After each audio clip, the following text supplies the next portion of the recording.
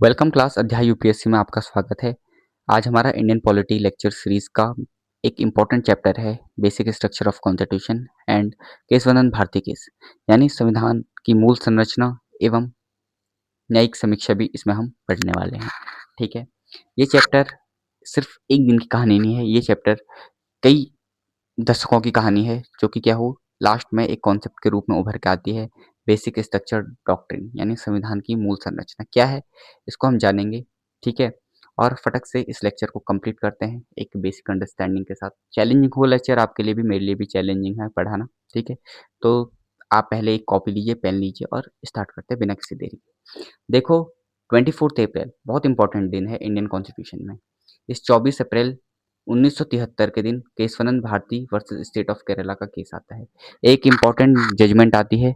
ठीक है, ये इम्पॉर्टेंट जो जजमेंट थी वो बेसिक स्ट्रक्चर डॉक्ट्रिन को जन्म देती है। क्या है बेसिक स्ट्रक्चर डॉक्ट्रिन, बाद में समझते हैं। बट इसी दिन 1993 में एक पंचायती राज इंस्टीट्यूशंस को कॉन्स्टिट्यूशनल स्टेटस भी मिला, यानी जो लोकल गवर्नेंस है, तीन थ्री टीयर सिस्टम है पंचायती राज का, ग्राम लेवल पर, ब्लॉक लेवल पर और डिस्ट्रिक्ट लेवल पर, इनको संवैधानिक अधिकार मिला। ठीक है, ओके।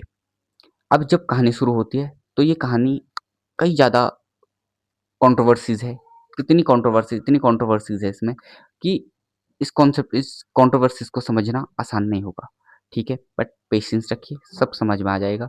ठीक है, देखो, हमें पता है कि हमारा कॉन्स्टिट्यूशन 26 जनवरी 1950 को लागू हो गया था। हमारे भाग 3 में क्या है, मौलिक अधिकार है। मौलिक अधिकार है, मौलिक अधिकार अनुच्छेद 12 से लेकर 35 तक मौलिक अधिकारों के प्रोविजंस दिए गए हैं। यही भाग 4 है। भाग 4 में क्या दिए गए हैं, नीति निर्देशक तत्व दिए गए हैं, जो कि आर्टिकल 36 से लेकर 51 तक उपलब्ध है।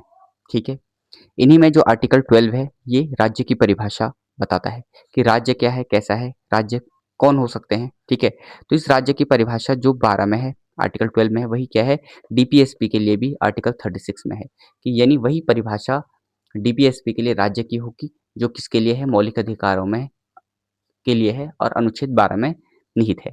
ठीक है, तो क्या है अनुच्छेद 12, कहता है कि भाई जो राज्य है वो क्या होगी, भारत सरकार और सांसद। ठीक है, भारत सरकार और संसद तथा प्रत्येक राज्य सरकार और विधानमंडल, ये क्या होंगे, राज्य होंगे। संसद में क्या क्या आ जाते हैं, आपको पता होना चाहिए। संसद, लोकसभा, राज्यसभा और प्रेसिडेंट, इन तीनों से मिलके क्या बनता है, संसद बनती है। ठीक है, वहीं राज्य विधानमंडल, ठीक है, जहाँ पे member of legislative assembly MLAs. ठीक है, मेंबर ऑफ लेजिस्लेटिव असेंबली का मतलब लेजिस्लेटिव असेंबली जहाँ पे एमएलएस बैठते हैं, लेजिस्लेटिव असेंबली है। जहाँ पे काउंसिल भी है, वो भी क्या है, राज्य है। इसके अलावा गवर्नर, ये भी क्या है, राज्य। गवर्नमेंट, गवर्नमेंट का मतलब क्या है कि इसमें क्या आ जाते हैं, आपके सीएम आ जाता है, सीएम का सीओएम आ जाता है, अन्य जो भी मंत्रिमंडल है वो क्या आ जाते हैं, इनमें आ जाते हैं। ठीक है, इसके अलावा भारत सरकार के नियंत्रण में जो भी ऐसे ऑर्गेनाइजेशन हैं, ठीक है, या प्राधिकरण हैं, वो क्या होंगे, उनको राज्य कहा जाएगा। क्या कहा जाएगा, राज्य कहा जाएगा। बहुत सारे ऐसे केसेस हैं जिनमें कहा गया है कि ये भी क्या है, राज्य है। ठीक है, LIC versus union of India, ठीक है, ऐसे एयरलाइंस का केस आता है। ठीक है, ऐसी इस इंडियन टेरिटरी के अंदर कोई भी ऐसी क्या है, भूभाग के अंदर कोई भी ऐसे प्राधिकरण है जो क्या है, भारत सरकार के नियंत्रण में है, क्या कहलाएंगे, राज्य कहलाएंगे। आखिर ये राज्य की उपाधि क्यों दी, आई मीन इनको राज्य क्यों कहा, कि जो राज्य है, अगर ये भाग 3 में निहित मौलिक अधिकारों का हनन करते हैं तो नागरिकों को अधिकार है कि वो क्या कर सकते हैं, आर्टिकल 32 के तहत सुप्रीम कोर्ट जा सकते हैं और आर्टिकल 226 के तहत कहाँ जा सकते हैं, हाई कोर्ट जा सकते हैं। यानी तुम्हें क्या करता है, सुरक्षा प्रदान करता है। सुप्रीम कोर्ट तुम्हारे मौलिक अधिकारों का गार्जियन है, फंडामेंटल राइट्स का गार्जियन है। ठीक है, कॉन्स्टिट्यूशन का गार्जियन है। ठीक है, अब 32 में क्या है, कॉन्स्टिट्यूशनल रेमेडीज है। ठीक है, यानी तुम्हें जो प्रदत्त अधिकार हैं, अगर इन प्रदत्त अधिकारों का हनन होता है तो क्या कर सकते हैं, सुप्रीम कोर्ट आर्टिकल 32 के तहत जा सकते हैं।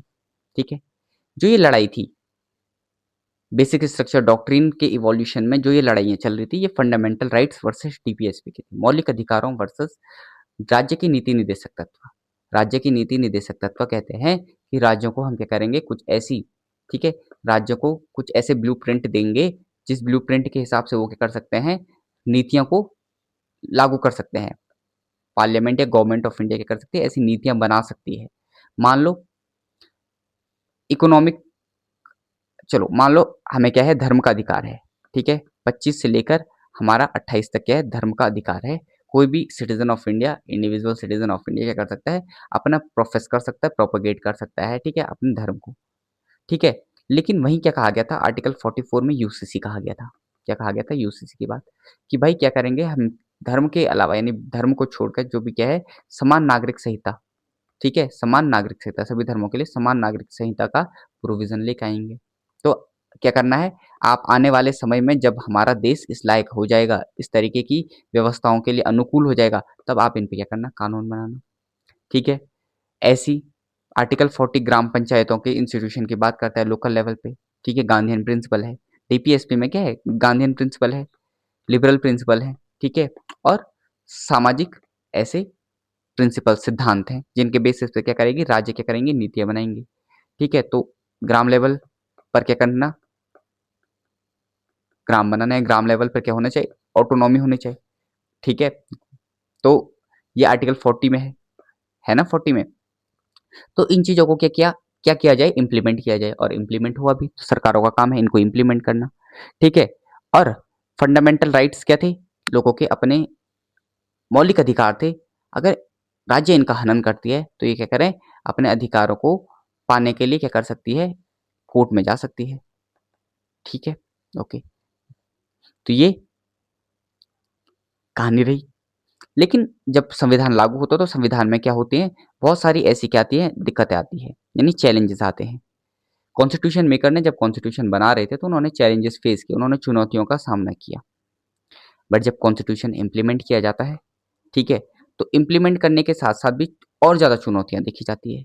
जैसे हमें क्या देखने को मिलता है, विरोधाभास यानी कॉन्ट्राडिक्शन देखने को मिलता है, कॉन्ट्राडिक्शन देखने को मिलता है, ठीक है।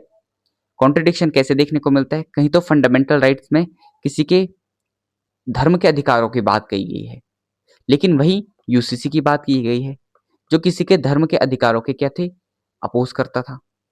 वहीं कहीं तो राइट टू प्रॉपर्टी की बात की गई है, आर्टिकल 19 क्लॉज 1 एफ में राइट टू प्रॉपर्टी की बात की गई है, आर्टिकल 31 में राइट टू प्रॉपर्टी की बात की गई है, ठीक है।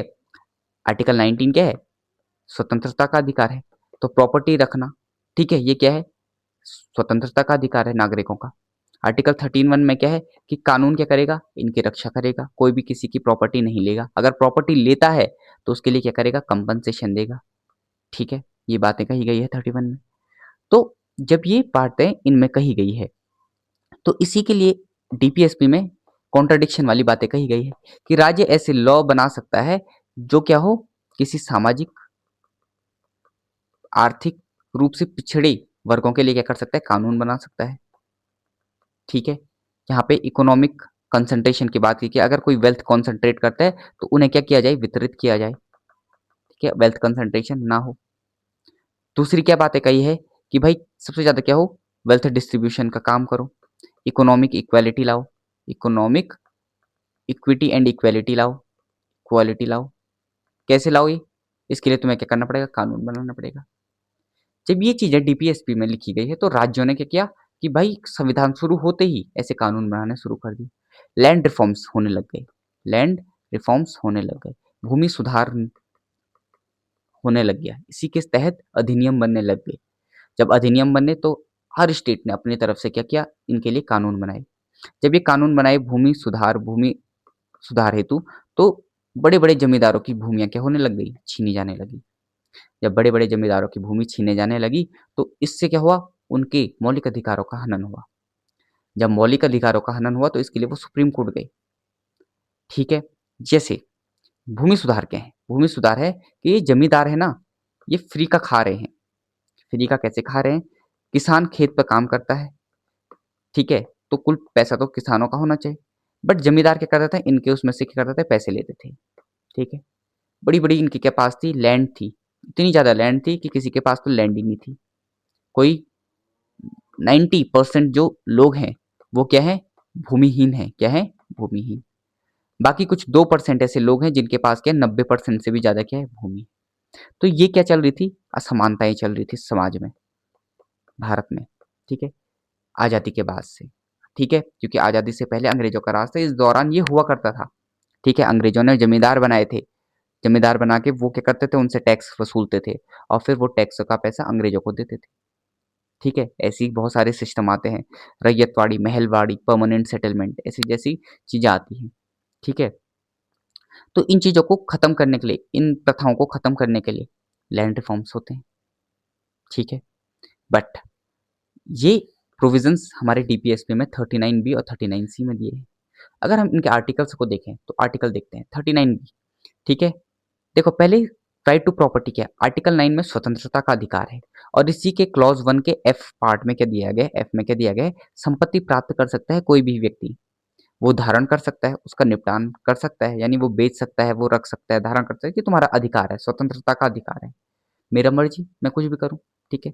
कोई लैंड सीलिंग है तो क्या उसकी मर्ज़ी है, वो कितनी भी लैंड रखे।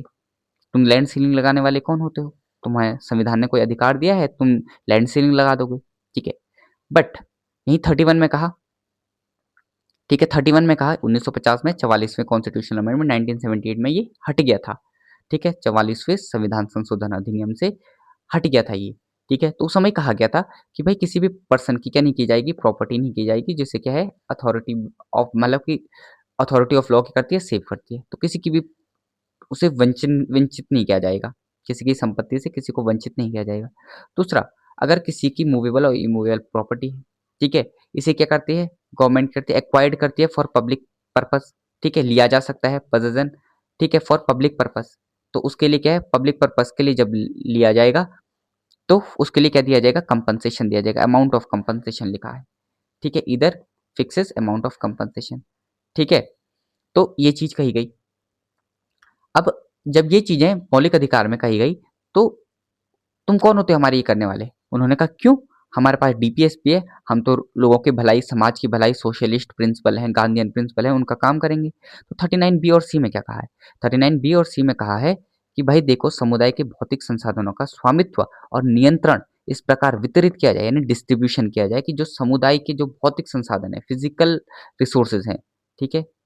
उनका हम क्या करेंगे, उनकी जो ओनरशिप है, उनकी ओनरशिपों का हम क्या करेंगे, कंट्रोल करेंगे या जो भी उन्होंने स्वामित्व और नियंत्रण उसको इसको इस प्रकार डिस्ट्रीब्यूट करेंगे जिससे सामान्य हित यानी लोगों के क्या हो, सर्वोत्तम सेवा हो सके। तो एक बात ये कही गई, हाँ कर रहे हैं, इसीलिए तो लैंड रिफॉर्म्स कर रहे हैं।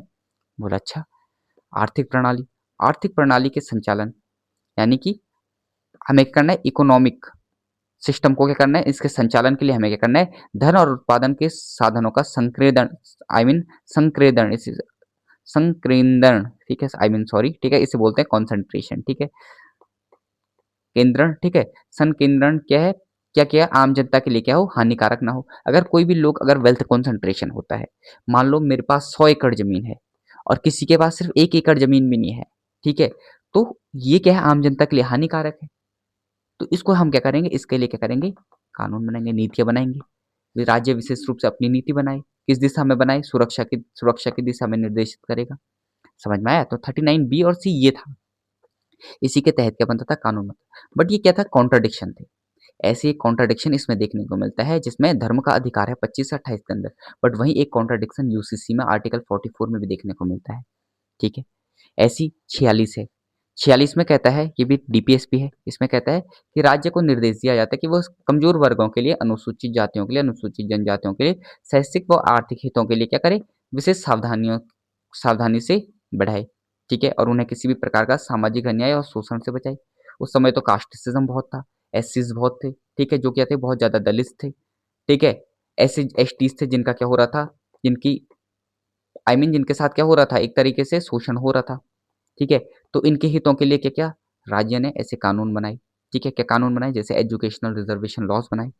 बट ये कहीं ना कहीं क्या कर रहा था, उनके मौलिक अधिकारों का दोहन कर रहा था, ठीक है। मान लो ये एक अपर कास्ट से है, ठीक है, अपर कास्ट से है, यानी ठीक ठाक आर्थिक रूप से ठीक है, ठीक है, अच्छी पढ़ाई कर सकता है। बट वहीं एक क्या था, एससी या एसटी का जो स्टूडेंट है वो क्या नहीं कर सकता था, कहीं एडमिशन नहीं ले पा रहा था। इनके लिए कानून बनाया गया कि हर कोई एजुकेशनल इंस्टीट्यूशन इन्हें क्या करेगा, रिजर्वेशन देगा और एडमिशन करवाएगा।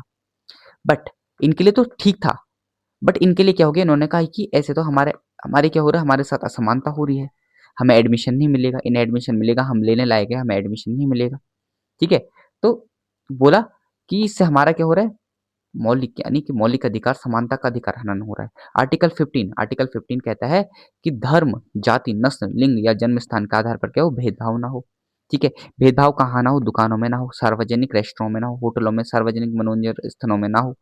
ठीक है, क्या हो, तो ये कहा, तो वो तालाब, स्नान घाट, सड़क, सार्वजनिक स्थल, स्कूल भी तो सार्वजनिक स्थल थे, तो यहाँ ना हो। ठीक है, तो ये तो उनके साथ मौलिक अधिकारों का हनन था, और मौलिक अधिकारों के हनन के लिए कहाँ जा सकते हैं, सुप्रीम कोर्ट जा सकते हैं, एनफोर्सेबल है। ठीक है, कोर्ट ऑफ लॉ में है। ठीक है, बट डीपीएसपी थोड़ी है, डीपीएसपी नहीं करेंगे इम्प्लीमेंट, तो नहीं करेंगे, इसके लिए कोई कोर्ट भी नहीं जा सकता कि भाई राज्य ऐसी नीतियां नहीं बना रहा है। बट राज्य बना रहा था, राज्य इन चीजों में काम कर रहा था, तो क्या बने, ऐसे लॉज बने। बट चंपकम दो राइजन केस आता है, तो उसमें चंपकम दोराइजन कहते हैं कि हमारे मौलिक अधिकारों का हनन हो रहा है। सुप्रीम कोर्ट कहता है हाँ भाई सही बात है, मौलिक अधिकारों को पहले क्या दी जाएगी, प्रायोरिटी दी जाएगी। मौलिक अधिकारों का हनन क्या है, गलत बात है, तो मौलिक अधिकारों का हनन किए बिना तुम क्या करो, कानून बनाओ। ऐसा तो हो नहीं सकता था। उस समय जवाहरलाल नेहरू के थे, प्राइम मिनिस्टर थे। 1951 में सबसे पहला संविधान संशोधन अधिनियम लेकर आ जाते हैं। राष्ट्रपति थे राजेंद्र प्रसाद, जो कि कॉन्स्टिट्यूएंट असेंबली के प्रेसिडेंट भी रह चुके थे, संविधान सभा के। ठीक है, तो पहला संविधान संशोधन अधिनियम करते हैं जवाहरलाल नेहरू। इन चीजों को देखते हुए बोलते हैं ये तो बड़ी दिक्कत की बात हो रही है, लैंड रिफॉर्म्स को सुप्रीम कोर्ट खारिज कर रहा है, तो 31A और 31B को ऐड कर देते हैं। बोलते हैं कि भाई 31 जो राइट टू प्रॉपर्टी था, कहा कि इसी के साथ क्या पढ़ा जाएगा, 31A और 31B को पढ़ा जाएगा। 31A में कहा गया कि जो भी लैंड रिफॉर्म्स हैं उनको क्या दिया जाएगा, एक विशेष प्रोटेक्शन दी जाएगी, स्पेशल प्रोटेक्शन दी जाएगी इस 31 के अंडर। मतलब आर्टिकल 14 और 19 से इसका कोई लेना देना नहीं है, यानी संपत्ति के अधिकार से और साथ में तुम्हारे समानता के अधिकार से इन जो भी लैंड रिफॉर्म्स हैं उनका कोई लेना देना नहीं है। 31B ऐड किया, जिससे क्या किया, नवी अनुसूचियों को, ठीक है, इंट्रोड्यूस किया। नवी सूची में कहा कि भाई जो भी लैंड रिफॉर्म्स हैं, यानी 31A में जितने भी लैंड रिफॉर्म्स की बात की जा रही है, उनको हम 9th शेड्यूल में डाल देते हैं, और उस पर कोई भी क्या नहीं होगी, न्यायिक समीक्षा नहीं होगी। ठीक है, चंपकम दोराइजन का केस देखते हुए उन्होंने 15 क्लॉज 4 को क्या किया, ऐड किया। यानी था ना कि धर्म, जाति, नस्ल आदि इन भेदों पे क्या नहीं किया जाएगा, भेदभाव नहीं किया जाएगा। तो कहा कि भाई देखो 15 क्लॉज 4 में लिख देते हैं कि भेदभाव है, लेकिन इसके लिए एक एक्सेप्शन है कि SC ST OBC के लिए हम क्या कर सकते हैं, शैक्षणिक और आर्थिक रूप से इनका क्या कर सकते हैं, एडवांसमेंट करने के लिए कानून बना सकते हैं। बोलो भाई अब कहाँ कॉन्ट्राडिक्शन है, कहीं कॉन्ट्राडिक्शन दिख रहा नहीं है ना, तो बस अब क्या हो गया, तुम्हारा कोई भी एजुकेशनल लॉ या फिर तुम्हारे जो ये लैंड रिफॉर्म्स है, ये क्या नहीं है, गलत नहीं है। ठीक है, ओके, ये बढ़िया हो गया। अब यहाँ पे जो लड़ाई स्टार्ट होती है वो होती है आर्टिकल 13 वर्सेस 68। आर्टिकल 13, पहले आर्टिकल 368 समझते हैं। देखो, आर्टिकल आर्टिकल 368, आर्टिकल 368 ये क्या है, 20वें भाग में, संविधान के 20 भाग में कहता है कि संविधान को संशोधन किया जाएगा। कैसे किया जाएगा, सारा इसमें है। संविधान संशोधन के बारे में बताता है। ठीक है, पार्लियामेंट को क्या करता है, बताता है कि संविधान संशोधन कैसे करना है। ठीक है, और ये एक अधिनियम है। ठीक है, ये चीज है। दूसरा, अधिनियम है मतलब लॉ है। ठीक है, दूसरा आर्टिकल 13 कहता है, भाग 3 में है, भाग 3 का सेकंड आर्टिकल है, यानी 12, 13, 13। इसमें कहता है कि कोई भी कानून, कोई भी अधिनियम, कोई भी अध्यादेश, कुछ भी है, वो अगर मौलिक अधिकारों का हनन करता है तो वो क्या नहीं होगा, कानून नहीं होगा। ठीक है, इस भाग से संबंधित, अगर भाग से संबंधित कोई भी ऐसा कानून लाया जाता है, ठीक है, जो कि क्या करता है, इस भाग में उपस्थित जो भी मौलिक अधिकार है उनका क्या करता है, हनन करता है, वायलेट करता है, तो वो क्या नहीं होंगे, लागू नहीं होंगे। वाह, ये तो बड़ा तगड़ा लूप होल निकाल दिया। जब ये लूप होल निकाला तो इसी लूप होल को अब शंकरी प्रसाद जाते हैं। शंकरी प्रसाद कहते हैं क्या किया जाए, तो वो शंकरी प्रसाद कहते हैं कि एक काम करते हैं कि उन इस संविधान संशोधन अधिनियम को क्या कर देते हैं, खारिज कर देते हैं। कि भाई ये जो लॉ है ना, तुमने अधिनियम है, ये तो आर्टिकल 13 में लॉ लिखा गया है, ये वाला लॉ है ही नहीं, ये तो इसी लॉ के अंडर आता है। और लॉ अगर किसी भी फंडामेंटल राइट्स को ब्रीच करता है तो तुम्हारा क्या है, तुम्हारा क्या है, ये कानून ही सही नहीं है, कानून नल एंड वॉइड है। आर्टिकल 32 में कहता है कि वो लॉ नहीं कहला जाएगा, वो लॉ नल एंड वॉइड कहलाया जाएगा, जो क्या कहता है, फंडामेंटल राइट्स को ब्रेक करता है। यहीं पे क्या आती है, डॉक्ट्रिन ऑफ सेवरेबिलिटी भी आती है। यानी अगर कोई भी कानून है वो फंडामेंटल राइट्स को ब्रीच कर रहा है, तो कानून का जो भाग फंडामेंटल राइट्स को ब्रीच कर रहा है उसे हम क्या कर देंगे, काट देंगे। यानी पूरा कानून नहीं मिटाएंगे, सिर्फ कानून का वो वाला भाग मिटा देंगे। लेकिन इसी में Shankari Prasad versus union of India case में 1951 के केस में जजमेंट आता है कि भाई देखो आर्टिकल 368 तुम कह रहे हो ना कि 13 के अंदर है, नहीं 368 अलग है और 13 का कानून अलग है। 368 के लिए तो अलग से प्रोविजन बने हैं, ये कैसे हो सकता है, और 13 का कानून तो अलग है। वो कह रहा कैसे भाई, शंकरी प्रसाद कहते हैं कैसे, उनका जो लॉयर है वो कहता है कैसे, ये लॉ क्या, लॉ नहीं है, ये कॉन्स्टिट्यूशनल लॉ नहीं है। तो कहते हैं नहीं, सुप्रीम कोर्ट अपनी जजमेंट में कहता है ये 13 अलग है और इसका जो लॉ है वो अलग है। ठीक है, केस डिसमिस होता है और यानी पार्लियामेंट के फेवर में फैसला सुनाया जाता है। तो यहाँ पे पार्लियामेंट 1 और सुप्रीम कोर्ट 0, आई मीन ठीक है। तो ये चीज़ें होती है, यानी अब जमींदारों की जो थी वो क्या हो चुकी थी, पैरों से जमीन खिसक गई। तो 1913 में बेला बनर्जी केस आता है। इसी को देखते हुए फोर्थ कॉन्स्टिट्यूशनल अमेंडमेंट 1955 आता है, उसे 99th शेड्यूल में क्या कर देता है, रेट्रोस्पेक्टिवली डाल दिया जाता है, यानी इससे पिछले जो भी कानून है उनको भी क्या कर दिया जाता है, 9th शेड्यूल में डाल दिया जाता है। 1964 में सेवन्थ कॉन्स्टिट्यूशनल अमेंडमेंट लाया जाता है। ठीक है, इसमें क्या किया जाता है कि जो राजस्थान ने, पंजाब ने लैंड रिफॉर्म्स एक्ट बनाए थे उनको भी क्या कर दिया जाता है, 9वीं अनुसूची में डाल दिया जाता है। इस साइड बहुत ज़्यादा किसान, फार्मर, जमींदार थे। ठीक है, तो 1965 में फिर सज्जन सिंह आते हैं। सज्जन सिंह कहते हैं कि ओ भैया ये गलत कर दियो है, ठीक है ऐसे तो नहीं होना चाहिए, तूने सड्डा गलत कर दिया। ठीक है, ये 368 द कानून इसी विच आना था। ठीक है, 368 द कानून 13 विच आना था। तो यानी 13 के जो लॉ है वही 368 का लॉ है, ऐसा कहा। बट सुप्रीम कोर्ट में फिर से फैसला आया, नहीं अरे बकवास, नहीं है ऐसा कुछ। ठीक है, तो ये चीज है। आपको पता है संविधान संशोधन अधिनियम यानी संविधान संशोधन कैसे होता है, 2/3 यानी स्पेशल मेजोरिटीज होता है, 2/3 प्रेजेंट एंड वोटिंग से होता है। ठीक है, तीन दोनों हाउस से क्या करवाना पड़ता है, सेपरेटली पास करवाना पड़ता है, अलग अलग पास करवाना पड़ता है, कोई ज्वाइंट सीटिंग नहीं होती है इसके लिए। ठीक है, ये याद रखना। ओके, अब देखो कॉन्ट्राडिक्शन क्या थे, राइट टू प्रॉपर्टी था। ठीक है, और वेल्थ डिस्ट्रीब्यूशन 39 बी और सी में था कॉन्ट्राडिक्शन। समानता का अधिकार 14 और 15 में, और एजुकेशनल रिजर्वेशन 46 में था। रिलीजियन में और यूनिफॉर्म सिविल कोड 44 में क्या था, ये कॉन्ट्राडिक्शन थे। ठीक है, 31 ए एंड बी आता है। ठीक है, 9th शेड्यूल आता है। 9th शेड्यूल में जुडिशियल रिव्यू को कर देते हैं कि भाई जुडिशियल रिव्यू नहीं होगा। ठीक है, फिर उसके बाद 9th शेड्यूल को क्या कर देते हैं, अगर फंडामेंटल राइट ब्रीच कर भी रहा होगा तो कोई कोर्ट में इंडिया में क्या नहीं किया जाएगा, इसे स्ट्राइक डाउन नहीं किया जाएगा। ठीक है, 15 क्लॉज 4 ऐड करते हैं, सोशली और एजुकेशनली बैकवर्ड क्लासेस को क्या करेगा, बैठाया जाएगा, यानी आई मीन एडवांस किया जाएगा। तो इसको ना काउंटर किया चंपाकंद दोराइजन केस को। ठीक है, शंकरी प्रसाद आता है। अब इसके बाद एक बहुत बड़ा तूफान आता है। ठीक है, और वो था 1967 में गोलकनाथ का केस। गोलकनाथ दो भाई थे। ठीक है, हेनरी विलियम गोलकनाथ। ठीक है, इनके पास लैंड थी। इनकी लैंड पे क्या लगाएगी, सीलिंग लगाएगी कि भाई तुम दोनों भाई क्या है इतनी इतनी लैंड रखोगे। ठीक है, ये लैंड क्या कर दी, सीलिंग लगा दी। जब सीलिंग लगाई तो फिर ये क्या कही, सुप्रीम कोर्ट गए, बोला, अब क्योंकि पंजाब लैंड रिफॉर्म्स को भी 9th शेड्यूल में डाल दिया था, बोला कि भाई ये फर्स्ट कॉन्स्टिट्यूशनल अमेंडमेंट गलत है, ये है। उन्होंने कहा यार इससे पहले हम ऑलरेडी जजमेंट दे चुके हैं, जब ऑलरेडी जजमेंट दे चुके हैं तो हमें वही बेंच नहीं बैठानी पड़ेगी। तो संविधान में ऑलरेडी गिवन है। ठीक है, सुप्रीम कोर्ट जब हम पढ़ते हैं कि जब भी क्या होगी न्यायिक समीक्षा यानी 143 के तहत जब हम क्या देंगे, सरकार को क्या देंगे, सलाह देंगे, तो 5 जजों की बेंच से ऊपर की कोई बेंच बैठाएंगे। या फिर जब पूर्व के जो हमारे जजमेंट है उन पे हमें क्या करनी हो, दोबारा से हम समीक्षा कर रहे हो या उनको हम क्या कर अवलोकन में ले रहे हो, तो उसके लिए भी क्या करेंगे, उससे बड़ी बेंच बैठाएंगे। यानी अगर 5 से बड़ी बैठानी है, या फिर पिछली बार हमने 7 बैठाई तो इस बार हम 9 बैठाएंगे, पिछली बार 9 बैठाई तो इस बार हम 11 बैठाएंगे। ठीक है, तो इसलिए 11वीं जजों की बेंच बैठती है। और एक कानून आता है जिसमें उन्होंने सज्जन सिंह गोल आई मीन सज्जन सिंह और इससे पहले के जो भी तुम्हारा शंकरी प्रसाद के केस थे उसको क्या कर दिया, ओवर रूल कर दिया। ओवर रूल कर दिया। जब ओवर रूल हुआ तो ओवर रूल में क्या कहा कि भाई जो 368 का कानून है ना, ये तो ऑलरेडी 13वां के कानून के अंदर है। यानी ऑलरेडी ये मौलिक अधिकारों का क्या कर रही है, हनन कर रही है कानून। तो यानी अगर ये मौलिक अधिकारों का हनन करे तो पहला कॉन्स्टिट्यूशनल अमेंडमेंट गलत है, खारिज होता है, क्योंकि वो मौलिक अधिकारों का हनन करती है।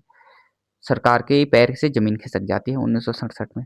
जवाहरलाल नेहरू अभी तक मर चुके हैं। ठीक है, क्योंकि जवाहरलाल नेहरू के टाइम पे पार्लियामेंट पावरफुल थी, फुल मेजोरिटी थी, बट 1967 में इंदिरा गांधी प्राइम मिनिस्टर थी, तो इस वजह से उस समय उनके पास इतनी मेजोरिटी नहीं थी कि वो क्या कर सके, इन रूलिंग को क्या कर सके, वो कर सके। तो फिर देखो डॉक्ट्रिन ऑफ प्रोस्पेक्टिव रूलिंग का कॉन्सेप्ट देते हैं कि भाई ये कानून, अब जो ये जजमेंट है ये आगे वाले कानूनों के लिए होगा, फॉलो होगा, यानी इससे पिछले वालों पे कोई भी अप्लाई नहीं होगा, फर्स्ट आ गया तो आ गया। ठीक है, ओके, ठीक है, ठीक है। बट बैकग्राउंड समझो, कहानी समझो, कहानी क्या हुई। ठीक है, 1962 में जवाहरलाल नेहरू प्राइम मिनिस्टर बनते हैं। प्रेसिडेंट उस समय सर्वपल्ली राधाकृष्णन थे, क्योंकि जो राजेंद्र प्रसाद थे वो 2 टर्म बाद बन चुके थे, तो 1962 में क्या है, राधाकृष्णन बनते हैं जो कि वाइस प्रेसिडेंट थे। इसी बीच इंडो चाइना वॉर होती है और जवाहरलाल नेहरू 1964 में मर जाते हैं। ठीक है, 1964 में लाल बहादुर शास्त्री प्राइम मिनिस्टर बनते हैं। एक एवरेज प्राइम मिनिस्टर थे, बट इन्हें पॉपुलैरिटी मिलती है जब ये इंडो पाक वॉर जीत जाते हैं 1965 में।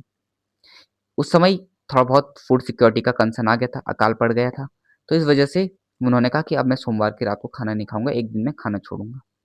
ठीक है, 11 जनवरी 1966 को ये ताशकंद जाते हैं, उज्बेकिस्तान। ठीक है, उज्बेकिस्तान की कैपिटल, ठीक है, ताशकंद। उस समय ये यूएसएसआर की कैपिटल हुआ करती थी, आई मीन यूएसएसआर का पार्ट हुआ करता था उज्बेकिस्तान। ठीक है, तो यहाँ समझौते के लिए गई थी। जब ये समझौते के लिए गए तो उसी रात क्या हो गई, इनकी डेथ हो गई, यानी 11 जनवरी 1966 को समझौता था और उसी रात को क्या होता है, संदिग्ध अवस्था में इनकी मृत्यु होती है। ठीक है, कोई बोलता है कंट्रोवर्सी है, कोई बोलता है कि नहीं, बट ठीक है, ज़्यादातर आई मीन देखिए कॉन्स्पिरेसी है। बट 24 जनवरी 1966 में क्या होती है, इंदिरा गांधी प्राइम मिनिस्टर बनाई जाती है। मोरारजी देसाई कहते हैं लाइन पे थे, यहाँ पे भी मोरारजी देसाई बनना चाहते थे, बट लाल बहादुर शास्त्री को प्रायोरिटी दी जाती है। यहाँ पे इंदिरा गांधी को फिर से प्रायोरिटी दी जाती है। ठीक है, और इंदिरा गांधी प्राइम मिनिस्टर बन जाती है। 1967 में इलेक्शन होते हैं, इलेक्शन होते तो अब प्राइम मिनिस्टर कौन बनेगा, फिर से इंदिरा गांधी प्राइम मिनिस्टर बन जाती है। ठीक है, अब कांग्रेस के अंदर ही क्या होने लग गए थे, दो गुट बनने लग गए थे। ठीक है, अब देखो गोलकनाथ वाले मामले में हमें पता है सुप्रीम कोर्ट ने अपना फैसला दिया, यानी सुप्रीम कोर्ट ने पार्लियामेंट से ज़्यादा क्या हो गई, पावरफुल थी, तो इसलिए आप गवर्नमेंट की ऐसे ही होता है, पावर गेम ऐसे ही चलता है। अगर सुप्रीम कोर्ट पावरफुल होगी तो पार्लियामेंट क्या है, विनम्र है, पार्लियामेंट क्या है, पावरफुल नहीं है। लेकिन अगर पार्लियामेंट पावरफुल हो जाता है तो सुप्रीम कोर्ट के गवर्नमेंट के फैसले रूल में ही फैसले देने का मतलब देना पड़ता है। ठीक है, ऐसी चीजें हो जाती है। अब देखो, अब इंदिरा गांधी क्या होना चाहती, पॉपुलर होना चाहती थी, इसलिए उन्होंने कुछ ऐसे काम किए जैसे 10 पॉइंट प्रोग्राम किए। उसमें उन्होंने bank nationalisation, urban land ceiling, जब रूरल लैंड सीलिंग हो रही है तो अर्बन लैंड सीलिंग भी होनी चाहिए, प्रीवी पर्स खत्म होना चाहिए, रियासतों देसी रियासतों को जन देने वाले भत्ते, आई मीन भत्ते, सैलरी, ये सारे खत्म होने चाहिए। इंदिरा गांधी क्या करती है, 1969 में बैंकों का राष्ट्रीयकरण कर देती है। मोरारजी देसाई फाइनेंस मिनिस्टर थे, बिना मोरारजी देसाई से पूछे हुए। तो बैंकों का राष्ट्रीयकरण यानी ऐसे बैंक जो क्या है जिनकी जो टोटल वर्थ है वो क्या है, 50 करोड़ से ज़्यादा है। ठीक है, तो कर देती है उस समय। अब क्या होता है कि उस समय जो जाकिर हुसैन थे 1967 में प्राइम मिनिस्टर बनते हैं सर्वपल्ली राधाकृष्णन के बाद, वो क्या होते हैं, मर जाते हैं। जब मरते हैं तो वीवी गिरी क्या होते हैं, वो उपराष्ट्रपति होते हैं, तो वो वाइस प्रेसिडेंट बन जाते हैं। इंदिरा गांधी क्या करती है, अब देखो यहाँ पे जाकिर हुसैन थे तो कांग्रेस के जो मोरारजी देसाई वाली टीम थी वो कहती है कि भाई नीलम संजीवा, यानी कांग्रेस पूरे चाहते थे नीलम संजीवा रेड्डी को क्या बनाया जाए, प्रेसिडेंट बनाया जाए। बट नीलम संजीवा रेड्डी इंदिरा गांधी के बीच खटपट रही होगी। ठीक है, होती थी उस समय थी। ठीक है, कि भाई ये नीलम संजीवा रेड्डी मेरा काम तो करेगा नहीं, ये तो इनके फेवर में है। तो वो अपना कोई एक कैंडिडेट उठाना चाहते, उन्होंने कहा उपराष्ट्रपति वीवी गिरी जी तुम क्या करो, प्रेसिडेंट का इलेक्शन। उन्होंने कहा मैं तो वाइस प्रेसिडेंट हूँ। अरे नहीं, तुम प्रेसिडेंट का लड़ो। उन वो प्रेसिडेंट का इलेक्शन लड़े और वाइस प्रेसिडेंट की सीट खाली होगी। तो इसी दौरान इंदिरा गांधी ने क्या कर दिया था, बोला कि अगर वाइस प्रेसिडेंट की सीट खाली होती है तो सुप्रीम कोर्ट का जो चीफ जस्टिस ऑफ इंडिया है, यानी चीफ जस्टिस ऑफ इंडिया है, वो क्या करेंगे, प्राइम मिनिस्टर, कार्यवाहक prime minister, I mean president बनेंगे। अगर वो उनकी सीट भी वेकेंट है, यानी सीजीआई भी वेकेंट है, सीजीआई भी उपस्थित नहीं है, तो सीनियर मोस्ट जज क्या करेगा, vice president I mean president बनेगा। समझ में आया कहानी। तो जैसे वीवी गिरी प्रेसिडेंट का इलेक्शन लड़ते हैं तो यहाँ पे सुप्रीम कोर्ट का जो I mean chief justice of India है वो प्रेसिडेंट बन जाते हैं। जब वो प्रेसिडेंट बनते हैं तो क्या होता है, यहाँ पे इलेक्शन शुरू होते हैं और वीवी गिरी जीत जाते हैं, यानी इंदिरा गांधी का कैंडिडेट जीत जाते हैं। और कहते हैं कि भाई देखो अपनी इंदिरा गांधी कहते हैं अपनी अंतरात्मा की आवाज़ सुनो कि तुम्हें वोट किसको देना चाहिए। आती है अपने पार्टी के मेंबरों के सामने आती है और वीवी गिरी को वोट दे दिया जाता है और नीलम संजीवा रेड्डी हार जाते हैं। ठीक है, सत्ता पार्टी के समर्थन के बाद भी। ठीक है, इसी दौरान 12 नवंबर 1969 में कांग्रेस में स्प्लिट हो जाता है। आईएनसी आर और आईएनसी ओ बनती है, यानी Indian National Congress requisition INC O. ठीक है, ओ को पुरानी कांग्रेस या सिंडिकेट भी कहा जाता है। ठीक है, इसे इंडिकेट भी कहा जाता है। इंदिरा गांधी की कांग्रेस, मोरारजी देसाई की कांग्रेस के कामराज वगैरह सब इसी में थे। बैंक का जब राष्ट्रीयकरण होता है तो आरसी कूपर क्या होते हैं, केस डाल देते हैं सुप्रीम कोर्ट में।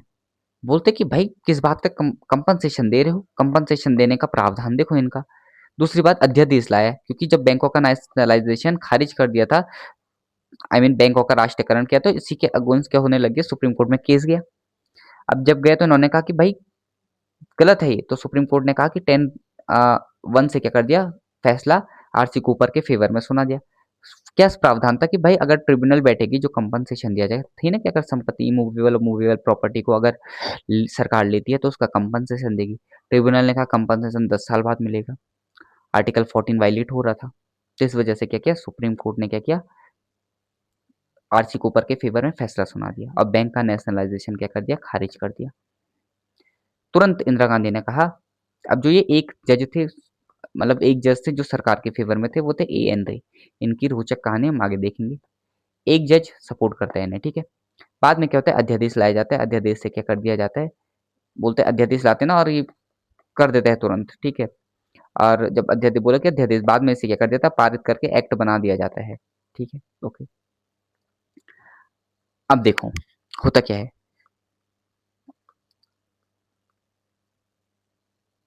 ठीक है। 1969 के प्रेसिडेंशियल इलेक्शन में क्या होता है, कांग्रेस का स्प्लिट हो जाता है। ओ से ऑर्गेनाइजेशन या सिंडिकेट, आर से रिक्विजनिस्ट और रूलिंग, इंदिरा का फैक्शन बन गया, ठीक है। अब देखो इंदिरा चाहती थी कि पॉपुलर होना है, ठीक है, तभी जाके क्या होगी, पावर हाथ में आएगी। इंदिरा ने क्या किया, 1970 में प्रीवी पर्स को खत्म करने के लिए लॉ लाई, पार्लियामेंट में बिल पास किया। लोकसभा से तो पास हुआ बट राज्यसभा से एक सीट से यानी एक नंबर से हार गई, तो बिल पास नहीं हुआ एक से, ठीक है।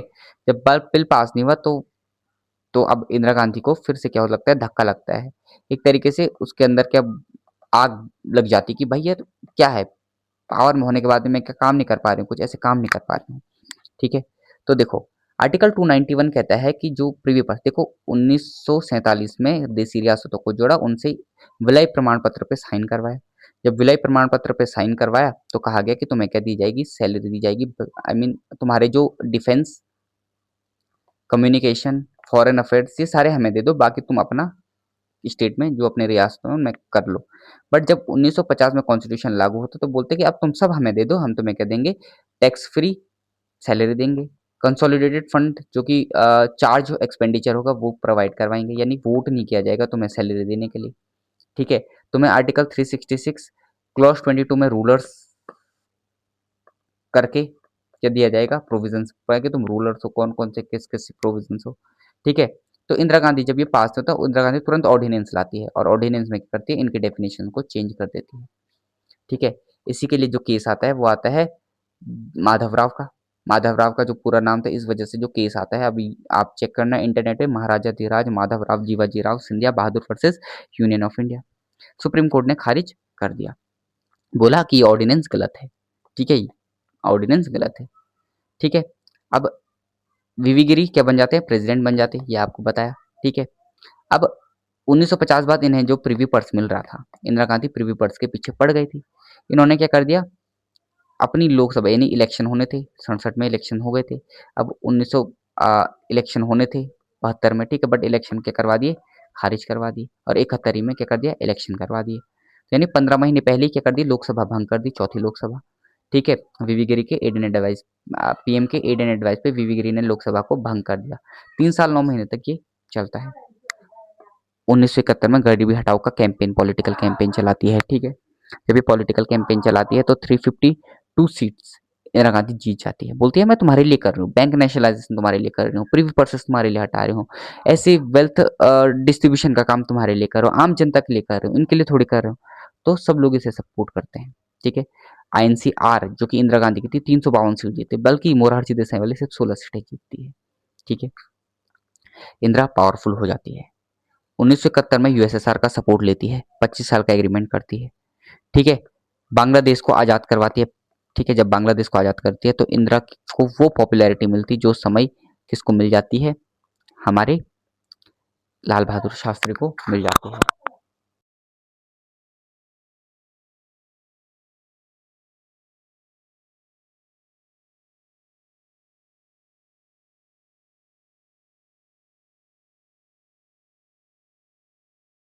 ठीक है, तो ओके, सॉरी फॉर डिले, ठीक है। अब 24 बांग्लादेश लिबरेट हुआ, 24th कॉन्स्टिट्यूशनल अमेंडमेंट 1971 आता है। अब इंदिरा गांधी पावरफुल हो चुकी थी, बांग्लादेश लिबरेट कर दिया था, इंदिरा इंदिरा इंदिरा चल चिल्लाया जा रहा था पूरे देश में। तो वो क्या करती है, आर्टिकल 13 और 368 जो जड़ थी उसी में संशोधन कर देती है, जिसमें लड़ाई थी कि लॉ नहीं है और लॉ 368 नहीं है। ठीक है, यानी 368 का जो लॉ है वो क्या है, 13 के लॉ में आता है, ऐसा कहा जा रहा था। यही जजमेंट आई थी गोलकनाथ में, और ये गोलकनाथ में आए थे 1967 में। इस जजमेंट में क्या करते, इस जजमेंट के अपोजिशन में क्या करते, एक लॉ पास करते कि आर्टिकल 13 के क्लॉज 4 में कहते हैं कि आर्टिकल 368 का लेना देना नहीं है। आर्टिकल 368 के क्लॉज 3 में लिखते हैं कि आर्टिकल 13 का इससे लेना देना कुछ नहीं है। ठीक है, ओके, देखो वेट आपको दिखाता हूँ। 368 के क्लॉज 4 में लिखा कि आई मीन 3 में लिखा कि आर्टिकल 13 की कोई बात इस अनुच्छेद के अधीन किए गए किसी संशोधन पर लागू नहीं होगी। समझ में आया? वैसे आर्टिकल 13 में भी लिखा कि इस अनुच्छेद की बात अनुच्छेद 368 के अधीन किए गए संविधान के किसी संशोधन पर लागू नहीं होगी। ओके, ये हो गया था, इंदिरा गांधी ने ये कर दिया था। फिर से क्या हो गया था, मामला गड़बड़ हो गया था। ठीक है, ओके, जब ये गड़बड़ मामला हुआ तो देखो टफ है, समझना बहुत मुश्किल है। ठीक है, मेरे लिए भी इतना चैलेंजिंग है, आपके लिए भी उतना चैलेंजिंग होगा। ठीक है, तो गोलकनाथ का केस नल एंड वॉइड हो जाता है, वॉइड हो जाता है, यानी गोलकनाथ के फैसले खारिज हो जाते। समझ में आया? क्योंकि गोलकनाथ ने क्या कहा था कि भाई जो सारा मतलब 368 का जो लॉ है वही क्या है 13 में, बट नहीं, अब नहीं है। ठीक है, फिर तुरंत बहुत सारे अमेंडमेंट लेके आती है, 25, 26, 27, 28, 29। ठीक है, 25 में कहती है, 25 के संविधान संशोधन अधिनियम से एडिड 31C ऐड कर देती है। ठीक है, इस 31C में लिखती है कि 39B और 39C पे कोई भी कानून बनता है तो वो क्या होगा, बड़ा होगा, ग्रेटर होगा 14, 19, 31 से, यानी इसका कोई भी संबंध इससे नहीं होगा। समझ में आएगा? ठीक है, इसमें कहा कि कंपनसेशन, आरसी कूपर ने कहा ना कंपनसेशन देना था, उतना ही पैसा दो।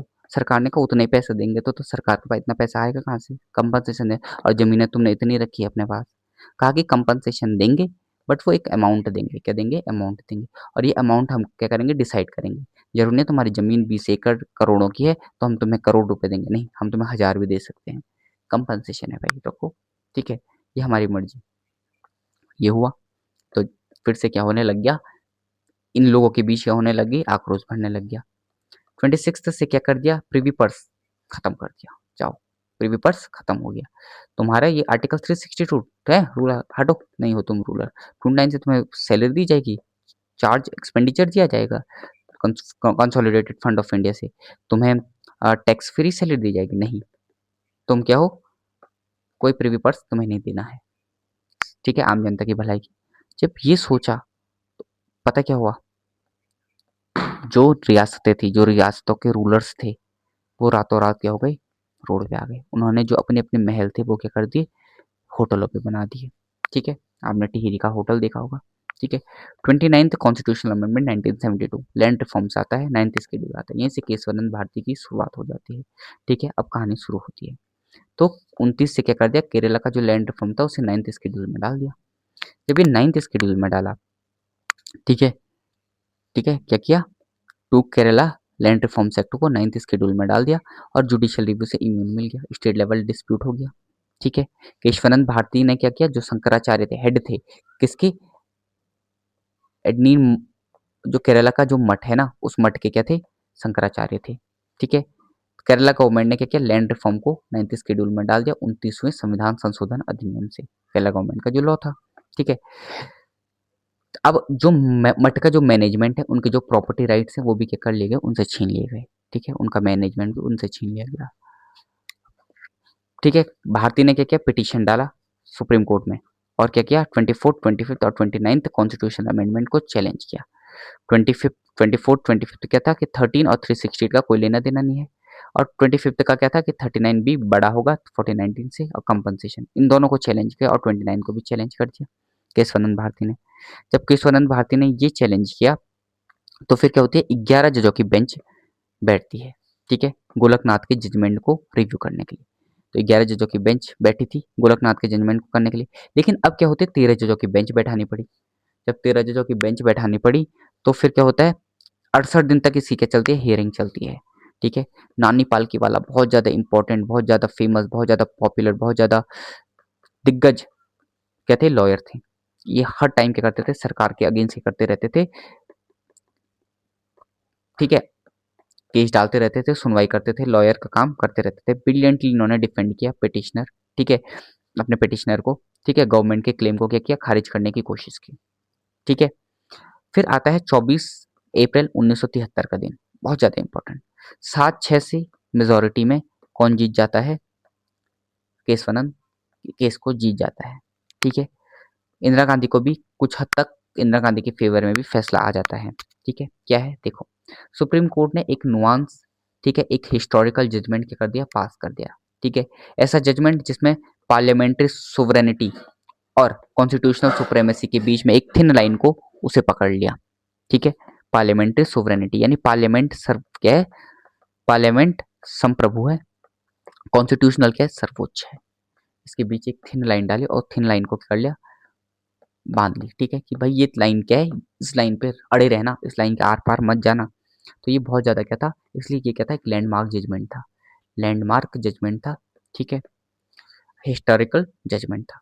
होता क्या है, बोला, चलो पहले तो बोला, गोलकनाथ को ओवर रूल किया, बोला, गोलकनाथ ने कहा था ना कि आर्टिकल 13 का लेना देना है 368 में, यही तो कहा था कि 368 का जो कानून है वो 13 के कानून के अंदर ही आता है। यानी अगर ये फंडामेंटल राइट्स यानी मौलिक अधिकारों का हनन करेगा तो क्या करेगा, ये कानून भी क्या हो जाएगा, खारिज हो जाएगा, नल हो जाएगा, वॉइड हो जाएगा। उन्होंने कहा नहीं, गोलकनाथ का केस में ये जजमेंट को हम क्या करते हैं, ओवर रूल कर देते हैं। यानी 13 का कानून अपना अलग कानून है, ठीक है, वो संविधान संशोधन का कानून नहीं है, ठीक है। और 368 का कानून क्या है, अलग है, ठीक है। ये क्या है, सब सब जो पार्लियामेंट है वो क्या कर सकती है, संविधान को संशोधन कर सकती है, ठीक है, संविधान को संशोधन कर सकती है। किसके पास है, पार्लियामेंट के पास पावर है, आर्टिकल 368 के अंडर कर सकती है। तो अगर ये फंडामेंटल राइट भी लेती है, फंडामेंटल राइट को लिमिट भी करती है तो कर सकती है। इन्होंने लैंड रिफॉर्म्स को भी अपहेल्ड किया। इन्होंने कहा कि जो 25वां संविधान संशोधन अधिनियम था, ठीक है, वो क्या है, 25वां संविधान संशोधन नियम क्या है, उनको भी क्या किया, अपहोल्ड किया, बोला कि हाँ ठीक है, ये भी ठीक है। 29वां भी क्या किया, इन्होंने कहा कि ठीक है, ठीक है।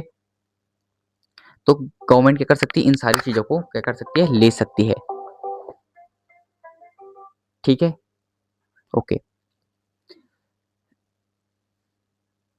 अब बात आती है, देखो, लेकिन यहाँ पे एक मास्टर स्ट्रोक आता है, केशवानंद भारती एक्चुअल लॉस क्या, प्रॉपर्टी डिस्प्यूट। तो एक्चुअली में केशवानंद भारती हारे थे, बट फेवर किस में आया था, केशवानंद भारती के फेवर में आया था, ठीक है। बट केशवानंद क्या कर गए थे, अपनी जो मटका मैनेजमेंट वगैरह, प्रीवी पर्स, ये सारे उन्होंने क्या कर दिए थे, सही कर दिया था। बोला ठीक है, 29 भी सही है, तुम्हारी सरकार तुम्हारी प्रॉपर्टी को ले सकती है, सब कुछ समझो, बात को समझो कि ओवर गोरखनाथ का केस भी ओवर रूल हुआ, लैंड रिफॉर्म्स भी अपहेल्ड हुए, ठीक है, सारे अमेंडमेंट जो भी पार्लियामेंट ने किए थे वो सही थे, ठीक है।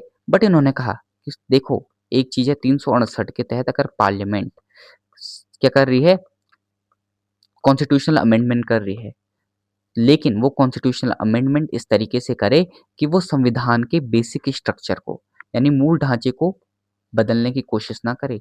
संविधान क्या नहीं है, पार्लियामेंट यानी कि तुम्हारा संसद संविधान सभा थोड़ी है जो संविधान बना सकती है। संविधान बनाने का अधिकार, संविधान को खत्म करने का अधिकार किसके पास है, संविधान सभा के पास है, और संविधान सभा हमारे पास है ही नहीं। इसलिए पार्लियामेंट क्या करेगी, सिर्फ संविधान संशोधन करेगी और एक लिमिट तक करेगी, और जिसे हम बोलेंगे बेसिक स्ट्रक्चर। उन्होंने कहा बेसिक स्ट्रक्चर क्या होता है, उन्होंने कहा हम समय समय पर आके आपको बता देंगे कि बेसिक स्ट्रक्चर क्या होगा, ठीक है। तो यहाँ पे से कॉन्सेप्ट आता है डॉक्ट्रिन ऑफ बेसिक स्ट्रक्चर, यानी संविधान संशोधन हो सकता है आर्टिकल 368 के अंदर, फंडामेंटल राइट्स लिमिट्स हो सकते हैं, बट बेसिक स्ट्रक्चर डॉक्ट्रिन क्या नहीं होना चाहिए, ब्रीच नहीं होना चाहिए, संविधान का मूल ढांचा ब्रीच नहीं होना चाहिए, ठीक है, ठीक है। जैसे डेमोक्रेसी, लोकतंत्र मूल ढांचा है, डेमोक्रेसी के बिना ये कॉन्स्टिट्यूशन खत्म है, उसी प्रकार क्या है, ऐसे बहुत सारे प्रोविजंस हैं जो मूल ढांचे को बनाते हैं, ठीक है। अब देखो, अब देखो इसके बाद हम क्या करेंगे, आगे की वीडियो में पढ़ेंगे। Thank you so much.